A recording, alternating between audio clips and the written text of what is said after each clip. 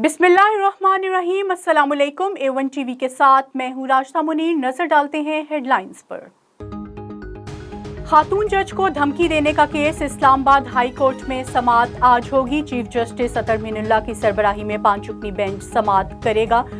Chairman PTI Imran Khan आज दोपहर 2 बजे अदालत में पेश होंगे। शहबाज शरीफ और राना सनाउल्लाह तैयार रहें, अचानक कॉल दूंगा। चेयरमैन PTI इमरान खान का टेक्सला में जलसे से खिताब।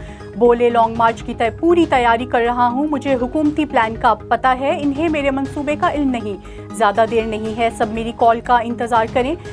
मजीद कहा, मौजूदा हुक्मरानों ने साइफर को दोबारा जिंदा कर दिया। साइफर गुम नहीं हुआ, मास्टर कॉपी वजारत खारजा में मौजूद है। Army chief general Qamar Javed Bajwa का अमरीका का सरकारी दौरा। ISPR के मुताबिक आर्मी चीफ ने UN सेक्रेटरी जनरल के मशीर फौजी अमूर से मुलाकात की। बाहमी दिलचस्पी, इलाकाई सिक्योरिटी और दीगर अमूर पर तबादला ख्याल। अक़वाम मुत्तहिदा के मशीर फौजी अमूर की मुतासरीन सैलाब के लिए ताउन की यकीन दहानी कराई। इस्लामाबाद में किसानों का धरना छठे रोज भी जारी। किसान रहनुमा खालिद बाट कहते हैं, राना सनाउल्लाह ने धमकी दी मगर मुतालिबात की मंजूरी तक नहीं उठेंगे। दूसरी जानिब किसानों का कमालिया चीचावतनी रोड से रजाना रोड तक ट्रैक्टर मार्च। रियाज फतेहाना ने क़यादत की, बिजली और डीजल की कीमतों में कमी का मुतालबा किया।